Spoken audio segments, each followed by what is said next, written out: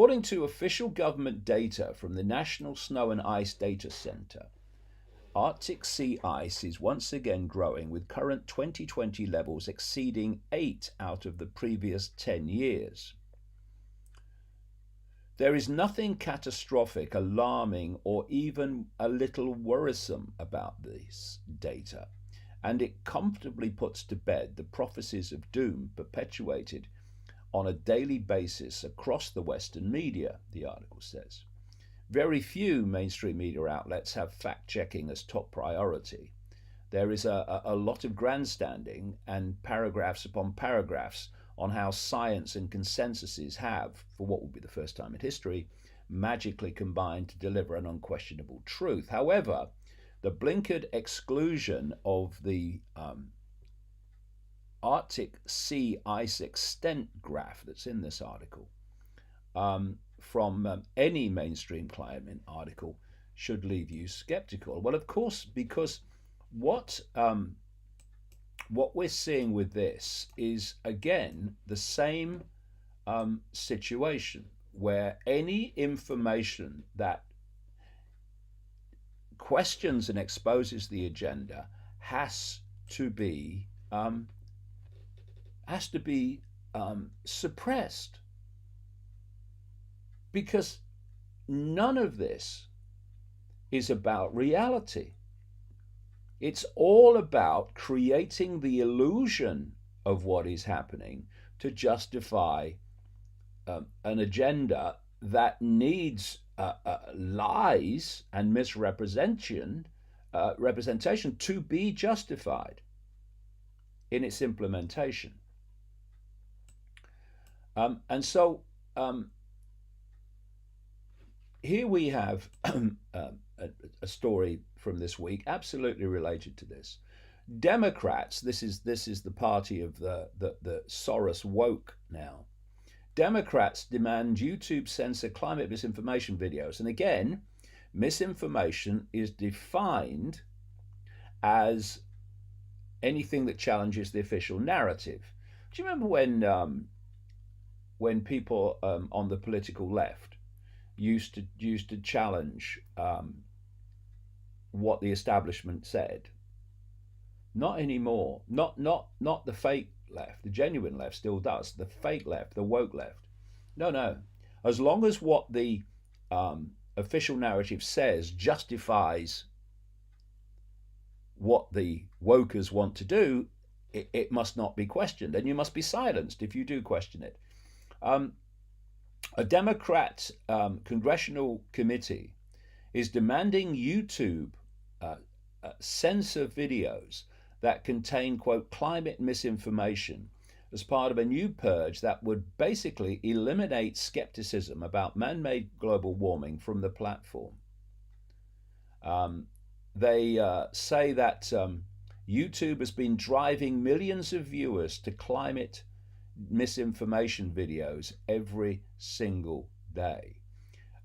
Now, some of these people at the core will know that they want to censor information because they're pursuing an agenda for people higher up the hierarchy.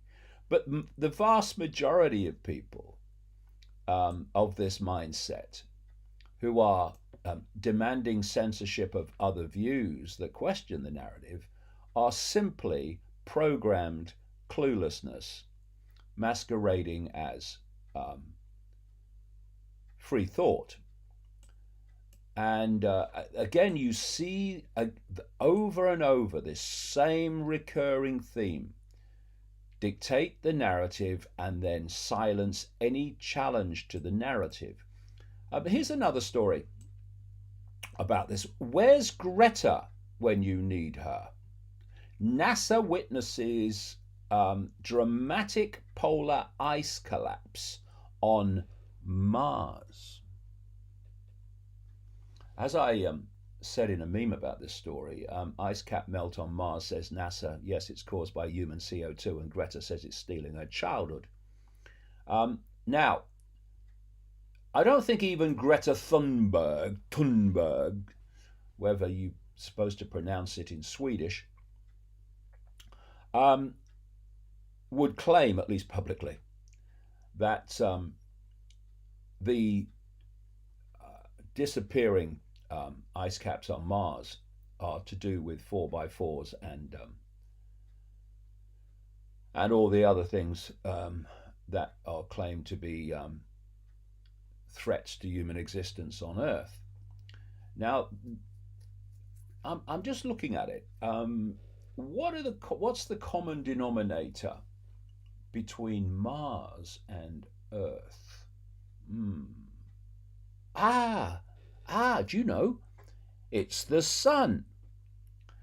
And we also had a situation some time back now when this climate change hysteria, again hysteria, was kicking off and temperatures were rising in that specific period towards the end of the 90s when the ice was also again disappearing from Mars. And there's a reason, you see, why these climate models, on which all this hysteria is based, by the way, not facts, computer models, crap in, crap out. The computer models don't factor in any relevant way the sun. And the sun does tend to be a source of heat. I find that. You know, I've lived a long time, I've noticed. And so if something's happening with solar energy, it's going to affect Mars as it affects Earth. And the reason they don't factor in the sun is because its effect on temperature absolutely overwhelms any effect of carbon dioxide, which is marginal on temperature. And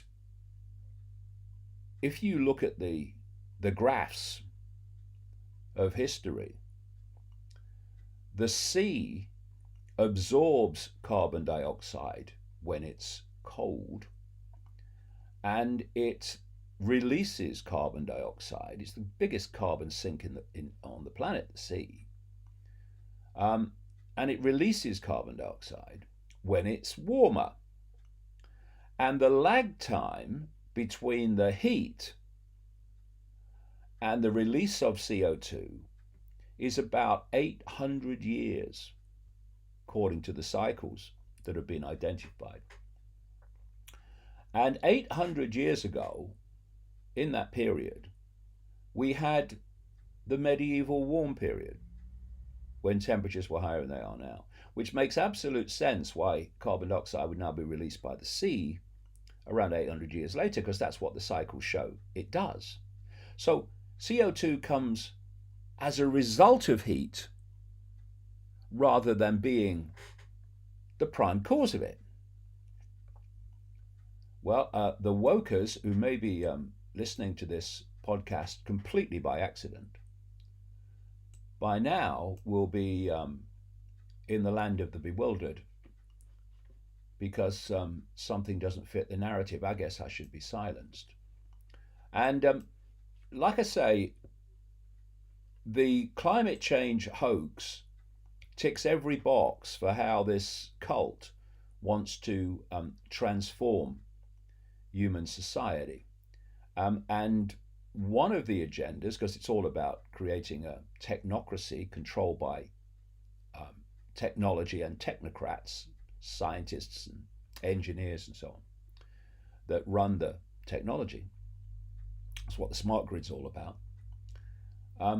One of the agendas is to have autonomous cars, autonomous vehicles in general, where the computer will dictate where you can go and where you can't go, and when you can go and when you can't go.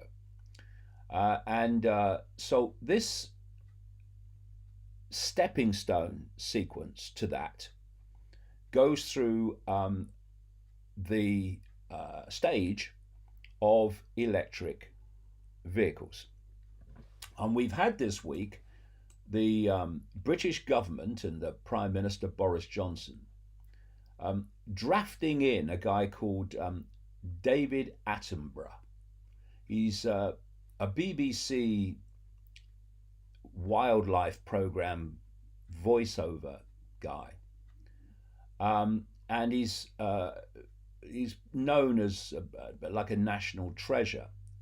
Actually, what he's been doing year after year after year is using the BBC, or he's being used through the BBC, to promote absolute propaganda about climate change. And some of the things that have appeared about polar bears and other animals in his programs that have been blamed on climate change, when proper investigation by proper scientists have absolutely demolished his claims.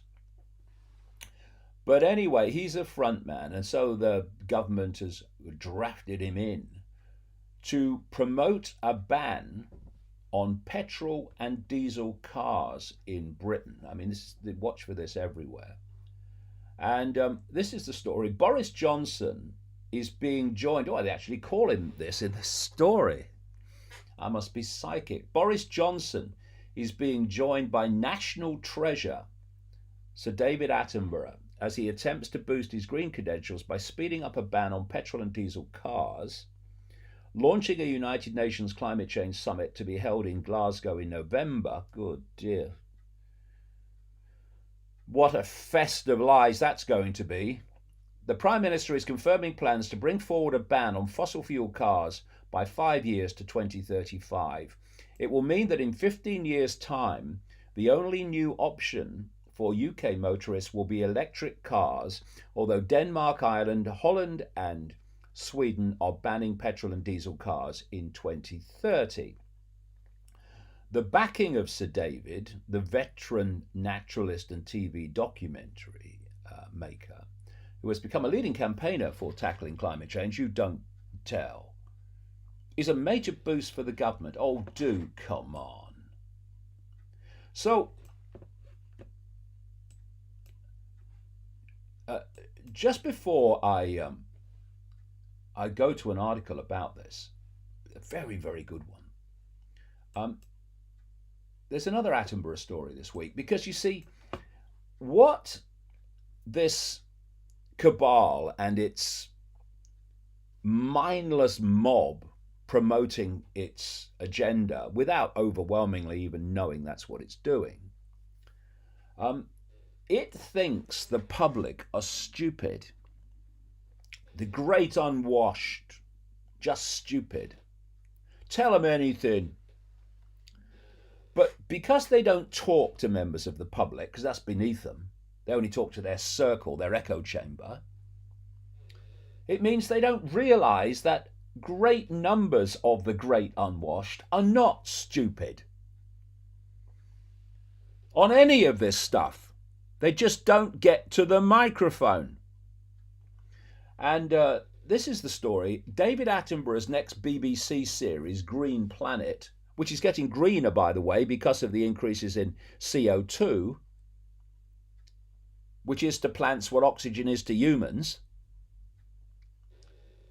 The next BBC series, Green Planet, will be less pious about climate change. Crikey. What are they going to do? Tape his mouth? After viewers slammed past shows for being too holier than thou, confirms the creative director. The move comes after viewers slammed past shows for being too holier than thou, and instead Green Planet will aim to focus on positive solutions that can help preserve the environment. Well, one way to let the planet get greener is to stop David Attenborough demonising the gas of life. That would be a start.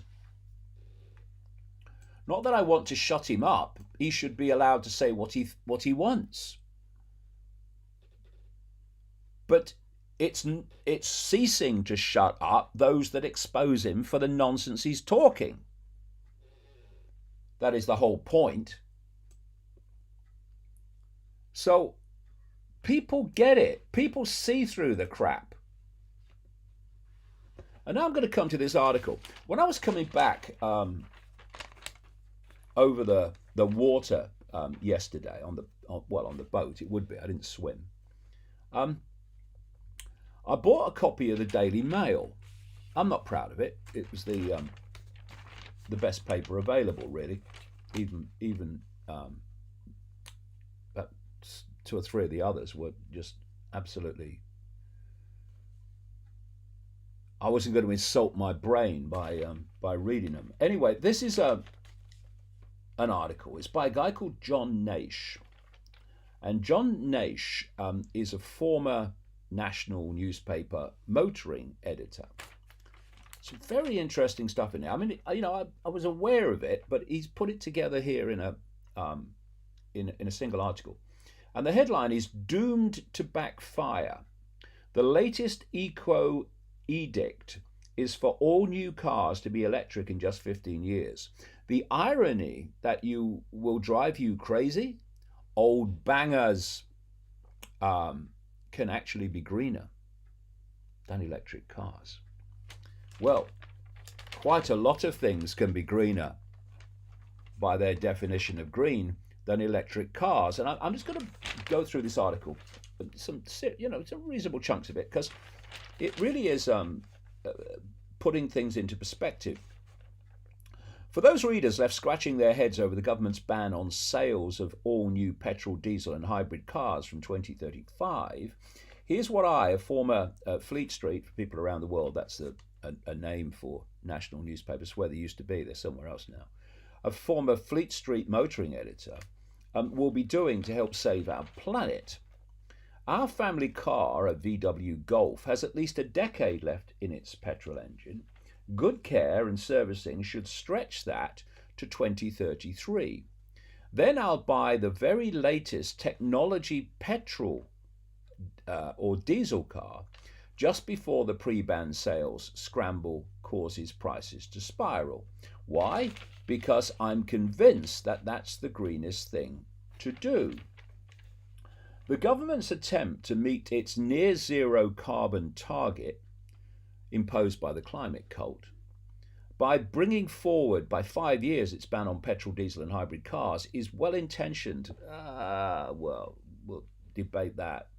Yet it is doomed to backfire as badly as the Model T Ford. We all know well from the great diesel debacle what happens when politicians grab the steering wheel of eco policy. Back in 2001, the then Chancellor of the Exchequer, Gordon Brown, slashed road tax and fuel duty on diesel cars because some boffin in a white coat had told him they emit 15% less CO2, greenhouse gas, carbon dioxide, than petrol cars. Sales rocketed as eco-minded drivers rushed to buy. But then some other boffins discovered diesel spewed out vastly more damaging nitrogen oxide and nitrogen dioxide than petrol cars. What's more, their exhausts send asthma and heart disease rates soaring. So punishing new taxes got slapped on diesels. Costs spiraled and resale prices plummeted. Those well-meaning motorists got taken to the cleaners. So he goes on some length about all this, and then he comes to the consequences of electric cars. He asked this question: and where on earth will the electricity needed for all these cars, think global too, come from? More than a third of Britons commute by car. Imagine in 2035 and beyond, each of those motorists arriving home at night and hurriedly plugging in their vehicles at around the same time. Malcolm McCulloch, head of Oxford University's Energy and Power Group, has warned that the national grid will need another 20 gigawatts of generating capacity, double the amount currently generated by the UK's nuclear power stations, to cope. The Engineer magazine says that charging an electric car at home with a medium speed charger is like leaving the electric shower on all night. If just a few people in a street decided to do that, it'd blow the local distribution fuse. Indeed, Ney says, the whole system may fail. Ofgem, Britain's energy regulator, thinks this can be solved by making motorists pay more for peak rate recharging. This would create a two-tier system in which lower-earning commuters would be penalised and effectively taxed out of work. The government's electric car dream wantonly ignores the other rapidly growing demands on our supply of clean electricity, including Ofgem's new drive to stop us using gas to heat our homes and to use electric instead. On top of this, our ever spiraling use of internet streaming, downloading, phoning, and texting, by 2025 it is predicted that server farms storing digital data from billions of devices will be using 20% of all the world's electricity.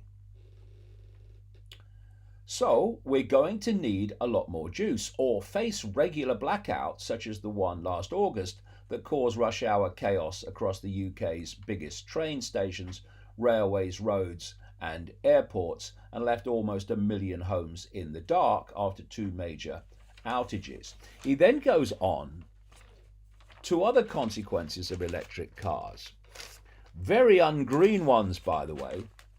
Another problem threatens to crash the electric party: sourcing the metals needed to make the car batteries. Now, imagine replacing all the cars in the Western world and further eventually with electric cars needing these metals, every single one of them, and more when the next generations follow the next generations. Some experts fear that the planet's available reserves of lithium are insufficient to make enough lithium-ion batteries to replace all of our petrol-driven vehicles. Others say that the cobalt needed comes from the Democratic Republic of Congo. I've gone into this from time to time, infamously for its use of child labour and human rights abuses. But see, those things have long been way down the list of priorities by the woke left and the climate cult. Whoops, I repeat myself. Most worryingly of all is the need for rare earth metals such as neodymium, essential for manufacturing the magnets that make electric car motors run. Mining neodymium releases such vast amounts of radioactive contamination and other murderous toxins, such as sulfuric acid, that only one nation allows it: China. The world's biggest polluter in many and various ways, ignored by the climate cult. China controls about 80% of the global market for rare earth metals, and their export is tightly controlled. Oil gave Arab nations power over the West for most of the 20th century. Today, neodymium may give China a similar energy weapon. Already the Chinese government is threatening to restrict supplies as retaliation against US tariffs. What's even more shocking, he says, are the figures I unearthed when our smug middle-class hippie neighbours began braying about how green they'd been by trading their year-old petrol car for a new hybrid. I discovered that manufacturing an average car generates more than 17 tons of CO2. That's almost the amount generated by gas and electricity use over 3 years in a typical UK home. And that's why it's often better to keep your old banger on the road than to upgrade to a greener model. See, what we're dealing here with is facts. And facts are not something that the woke controlled 1% want us to worry our little heads about, because it demolishes what they're claiming. And here's another story, actually I found in the same newspaper. Smart motorways, smartphones, smart homes, why are they so dumb? And it's a good article. It's pointing out how all these smart gadgets and smart ways of doing things are making the world dumb, and are, in terms of smart ways, so dumb they're killing people. But what's being missed, what is always missed, is that there's method in the madness. If you know what the outcome is planned to be, you stop writing off what is happening in the world as bureaucratic stupidity. It is not. It is coldly calculated to a specific end. And just to show you how farcical and hypocritical this whole climate change is, here's a headline, sums it up really. Prince Charles flies 125 miles to give speech about the dangers of aircraft emissions. Ah, dear. Eventually, I say eventually, he might go first. But if he doesn't, this bloke is going to be king of England and the Commonwealth. And the man is moronic.